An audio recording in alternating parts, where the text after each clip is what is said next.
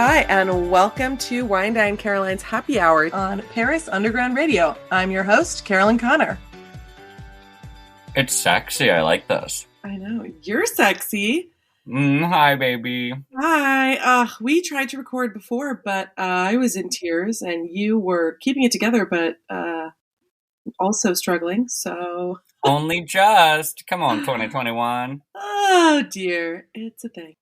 Shelton, we have known each other for a really long time. I would love it if you would tell us about yourself and what you're working on right now, where you come from, what your story is. Oh my god, okay. Right now I am currently working on eating this everything bagel, which is so good. And I just have jealous. Like a really long day ahead of me. So I was like, maybe I just need a really big ass fucking breakfast.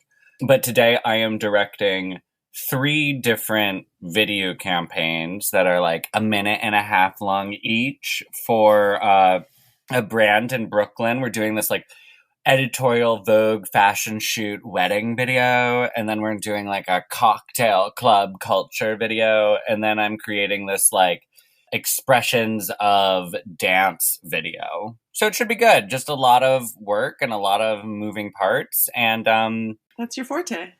yeah, it's my forte. Excited. And I'm like, in conjunction with that, I'm just wrapping up directing a 4 video campaign series for It Gets Better. And we're That's like exciting. just finished cutting the trailer this morning. And so that's really exciting because like it's all done now, which is amazing. And it airs in October, or it starts so to air in exciting. October. I don't think this will air until October, so we can put the link to it when that happens. I'm so excited. I mean, it's funny because, you know, you don't only do directing, you do everything. And I remember so vividly being in our early 20s, I mean, really young, maybe not even like 22, and on a bus. We were on the 31 bus. We were going to Camden. And yeah, we were. And I remember, you know, and I bring up this conversation a lot, but it was so funny because I was like, you know, what do you want to be when you grow up? And I was like, and you were sort of, you were like, well, I want to be an artist and a dancer, and I want to write, and I want to paint, and I want to act, and I want to sing, and I want to be a philosopher. And I'm like, whoa, I want to be in the theater. Like, dude, pick a thing. And you just didn't. And it really worked out for you. So I fucking love that. I think it's so fun that you figured out a way to do all the things the way you do. And I think things are only going uphill for you. And that's what I see.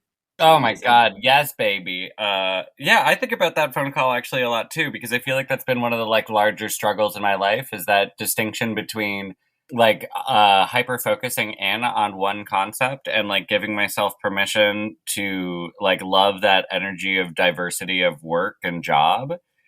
And now that I've like hit my mid-30s, it actually feels like all of the pieces are starting to really like pull together in a way that's like very, very good, which I'm very excited about. Tell the viewers how we met. Oh, well, so we met through our good friend Miriam, and I think we must have been 19 at the time, because I'm 19. pretty sure it was my sophomore year of college summer. And I believe we met for the first time at your like father's house where you were living at the time in London, in like Northwest London. And I feel like one of the earliest memories that I have with you is like Miriam bringing us over, and we got very stoned. Can I say that? Can I say that? You can totally say that. Okay, and we got like real stoned, and then you like whipped up this like incredible meal for us, and I remember just being like, "What the fuck is happening right now?" You just like blew me away because you had like all of this like talent and poise of like a hosting, eventing, like wise beyond their years person. And I was like definitely like a stoned American in the corner who like didn't know which fork to use while eating a salad. That's funny because I have always been a dinner party bitch. I've been throwing dinner parties since I was like probably 16. No, 18. But we met when we were 19. But I remember before that, we met in the park. We met in Kensington, like Gardens, whatever that park is. It's oh, yeah. We did, didn't we? Yeah. We met in the park, and we were all walking around. You wanted a little vacay from school. And I don't think I had gone to college yet. I think it was my senior year of high school and your freshman year of St. Andrews. And we were at Kensington Park Gardens, if that's what it's called. I don't even fucking remember. But Are you sure? Because I feel like that summer, my freshman year summer, I like didn't know anyone in London because I was working on the Isle of Man and working. I know on that like Maybe not. Maybe it was a year later then. yeah, I think it was a year later because I was staying in like Northeast London by myself, didn't have any friends my first year in London, and I was only there on the weekends because during the week I was at Pinewood Studios and then I moved to the Isle of Man, yeah, for the rest of the summer that summer. That's crazy. Well, we definitely met in the park, and I remember because we just kind of fell in love really quickly, and then Mm-hmm. we exchanged numbers. I really want your assistance when the time comes for me to throw fucking insane parties twice a year. I want to have a ball when I have a castle in Beaujolais. This is my plan. Mm-hmm. I want to do prom in June every year and have it be like I want this to be the thing that you save up for every year, that you fly halfway around the world for every year. I want this party to be fucking lit and just insane. And then I want to do Halloween. And so you're going to be on permanent retainer for an extortionate amount of money, please, for these events because they're going to be insane. I think we should get Gaga to perform. Of course. Obviously we need Gaga. Maybe she'll come like after in the year 10 once I've established that I'm worthy. But the point of the podcast is actually for you to tell me a funny and or stupid story, and then I will pair it with a wine.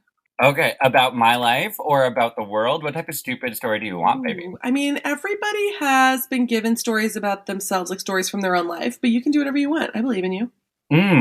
Okay.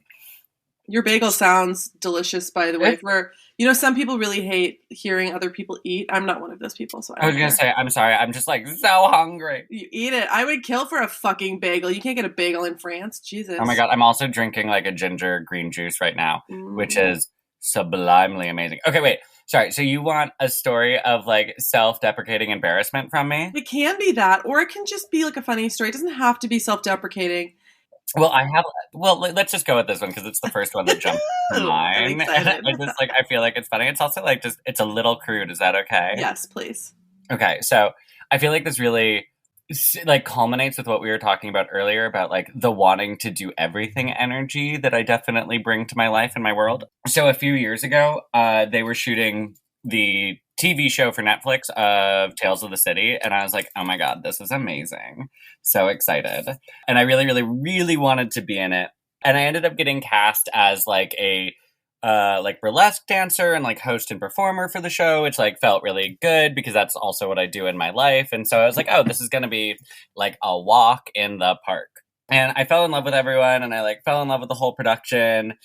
And like I really wanted to impress people. I was like hoping that it would be like a good door opening opportunity for me, like into more experiences as like a performer in like queer TV and film. And so, like wanted to be on my best behavior.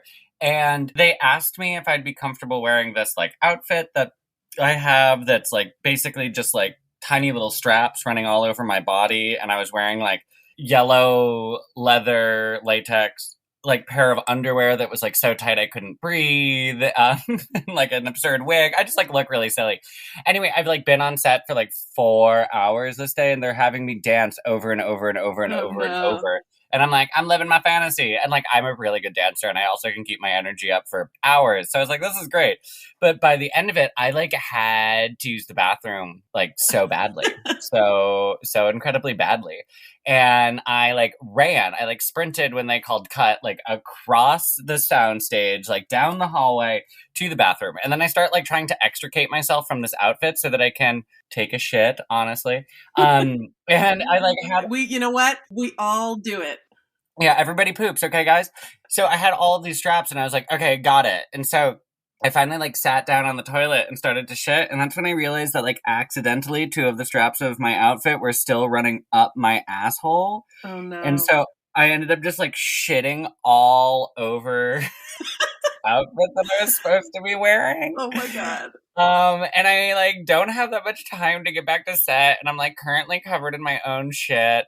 And I'm not gonna talk about exactly how, but let's just say that like I did clean myself up. But then I like stepped out of the bathroom and I like bent myself like over in the mirror and I was like, okay, like I'm gonna like make sure there's still like not shit on my ass. And then I turned around and there's like this man who's standing next to me. And I was just like, oh, like, what's going on? Who are you? You know, we're like chit-chatting. And he's just like looking at me like bent over, staring at my ass. And he's like giving me a little bit of this face. And that's when I realized that it was Sam Rockwell. Oh, God. And I was just like spread eagle ass up in front of him, like and I like nearly was about to be like, is there still shit on my ass? But like thankfully I hadn't said that yet. He would have loved it. I'm sure he seems like a really nice guy. I'm sure he like doesn't remember this and like probably just is like, one time I was in this bathroom with this like weird faggot who was like making weird shapes trying to look at their own asshole in the mirror. And then I had to like run to the other side of the studio and like change my outfit because thankfully I had basically a spare after I'd cleaned myself up, which was great. And then, you know, go back to set and try to like be impressive for the next 5 hours of work that day. And everyone's looking at me and I'm like, I feel so good. I feel so hot. You know, no one here knows that I was recently covered in my own shit, except now everyone does because I told you. Well, don't worry. I doubt they're going to listen to this podcast, so. I would imagine they're not going to. I don't. You know what? Who knows? Maybe we'll be. Sam Rockwell. We'll see you at that party. I could be famous. Sam Rockwell could be my future boyfriend. He's probably married, but they all are. You know. I don't know. Whatever. Someone will break up with someone. Hey, when I'm famous, people are going to be going back through these back issues, and when you're famous too, for that matter, we'll be famous together. Oh, I can't wait. Sometimes I do think that like. I'm part of a like group that's sort of like Hemingway and Dali all hanging out together in Paris, you know? But everyone's in New York except for me. Hey, but you're part of that group. So is Dana, my sister. Yay! And I don't know if you ever met AJ, but AJ is definitely part of it too. But yeah, we just gotta wait a little longer for the castle dream. But then you're gonna design all my amazing parties. I would love to. And now a word from our sponsors. Welcome back to Wine Dine Caroline's Happy Hour. Okay, what can I pair that with? That story is gross and weird. So, what is I could gross? tell you another story if you need another. No, I loved it. I loved it. I think we need to do something. I just like it could be, I know. It's a wine that kind of conveys a little bit of shame. Oh, definitely. Because this is a wine that probably will make you shit your pants, but also is like not trendy right now and it's kind of passé. I'm going to pair this with really overly oaked Chardonnay that like my mom drank a lot of in the 90s. Okay. I'd love that. You know, just like, I don't know, your mom probably doesn't drink, does she? Does your mom? My mom likes to drink. She's a big fan of white wine. So does she, you know, she probably, back in the, I mean, we're talking about the 90s, like when all anyone drank was Chardonnay that tasted like it had been beaten with a stick. Mm-hmm. And it's just like really kind of thick and syrupy, and like all you can smell is like popcorn and butter and wood, and it's cloying, a little bit of sugar even, and you've drunk a lot of it, just a lot. Oh my god, that just sounds so disgusting. Yeah, I like oak Chardonnay when it's done properly, but I'm not talking about this kind of proper oak Chardonnay. I'm talking about really something that I wouldn't put in my mouth. But that I feel like suits the story. I mean, I don't know what else you could pair with trying to examine your own asshole in a film set toilet with Sam Rockwell standing next to you. Yeah, I mean, I don't really know if that goes with the wine pouring. I think that goes with like a shameful vodka bottle. Yeah, vodka, really cheap vodka. Oh yeah, really. The kind that makes you go blind. Yeah, it's just a potato. You know what I mean? It's just a potato that's been like left in the sun in a bottle of water for too long and you're desperate. Like that's what really gets paired with that story. Oh dear, exactly. Yeah. Prison wine. Mm-hmm. Like someone's gonna shank you for that, but you know it's worth it. It's worth it. Oh my god, that was great! Wow, that was awesome. I really hope our listeners enjoyed that. Wow. Yeah, I really feel like what was the point of that really was just that like sometimes you can feel like you're living your dreams, and then like the next minute you realize you're covered in your own shit. I mean, it's just human stuff, you know. Everybody poops. Yeah, and it's like the same day. It's like every time I start to be like, wow, I'm amazing or cool, it's like then I like really like. Karma comes in and like cuts me down a little bit or like reminds me of how human embodied I am. And it's like, oh, cool. Okay. You are so much more than human embodied, though. You're a witch, too, which is nice. Oh, yeah, I am, baby. I love witchcraft. Yes, me too. Yeah. We are the best, is the fact. So, is there anywhere that we can find you online if we want to follow your shenanigans? I highly recommend following Shelton on Instagram and on Facebook. Yeah, Instagram and Facebook. On Instagram, I'm Shelton_Whimsy, WHIMSY. And I think on TikTok, I'm Shelton Whimsy, no Ooh, underscore. TikTok. Well, we'll definitely put. Yeah, I'm like not great at TikTok. I like went viral for like a video of me ripping off my own toenail, which was like super Oh, awkward. God. Yeah. My entire body just. The poop I can handle. Ripping off your own toenail, that is a violent feeling inside of my body. I can't. Yeah, it was like not maybe the most fun I've ever had, but there you go. Ugh. That was an awkward part of the start of my summer. Well, we'll put all your links in the show notes. And as always, it's been a pleasure. Please eat bagels for me because I really miss that. I'm going to try to be in New York in December, I think. We'll see. Oh my God, that's so nice. I can't wait to see you. Yes. Well, I think last time we saw each other, it was for a bagel in Brooklyn for about 5 seconds. Oh, It was a long time ago. That could not have been the last time we saw each other, but I think it might have been. I feel like I think I saw you one time after that because we had lunch at that like cute little French place in Williamsburg. I feel like that was the last time I saw you because you like came to the city like twice, kind of in quick succession, or like like 6 months apart. Oh no, I came to your house with my ex-boyfriend. It scared the shit out of him. Yes. Oh my God. Yeah. Jeremy was like the most normative person of all time, and your house is a very special but not normative place. No, not at all. I'm like sitting in it right now, and it's just colors it's colors. just like it's like a rainbow, farted mannequins, and glitter. That is actually like the nicest way I've ever heard someone describe my home. But yeah, I love your home. It's crazy. Oh, it's so much fun. Yeah, did I ever send you my house tour YouTube video, or did you see that? Oh, I think I did, but we'll definitely put that in the show notes. Oh my God, yeah. A pocket cribs. Yes, I did see that, yeah. That was amazing. I feel like mid-COVID breakdown, like, let's just make a home video. I'm still in my mid-COVID breakdown. It hasn't stopped. Jeez. Yeah, that's real. I feel that. I had some breakdown days last week, and, I got COVID. I don't know if I told you. No, shit, when? Like last week, 2 or 3 weeks ago.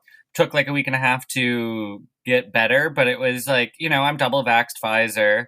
It just, breakthrough infection. It was just like, it was weird, kind of irritating. Yeah. Hey, but now you should be okay. Yeah, now I feel like absolutely impervious to harm. Great. Yeah, wow. I'm a superhero now. I actually I woke up with a itchy throat, which made me think I'm dying, even though I'm double vaxxed. And I did go and get a COVID test, and I am COVID free. Because also itchy throat is not really a COVID symptom, but I'm like, anything remotely resembling a cold and I'm dead. Yeah, no, it's like all of my friends right now, everyone gets like, feels sick for 15 minutes and they're like, is it COVID? It's like, I think we're all just absolutely shell shocked still. But yeah, well, I'm sorry you had it. That sucks, but I guess it's okay because you're fine. Yeah, I read some good books. Okay, babe, I am about to pitch this cruise concept to Virgin Cruises. What? Yeah, baby. So exciting. Tell them that you know someone who could do their wines. I mean, they... oh my God. It would be amazing if you could do their wines. They're also leaving out of Italy. So, like, not even that far from you. I can come and be your sommelier. Can I wear drag? But not like girl drag dressed like a guy. Like, I want to wear guys dressed like girls drag. Okay. Yeah, we can make that happen for you. I love that. I want a big-ass wig. Okay. Let's make it happen. All right. I love you, baby. I'll talk to you soon. Bye. Bye. Thank you for listening to Wine Dine Caroline's Happy Hour. Wine Dine Caroline's Happy Hour is produced by Paris Underground Radio. For more information about Happy Hour and shows like it, please go to parisundergroundradio.com. To hang out with me more, head to my Facebook group. It is called Good Wine, Good People, and you can find the link to that in the show notes. Cheers!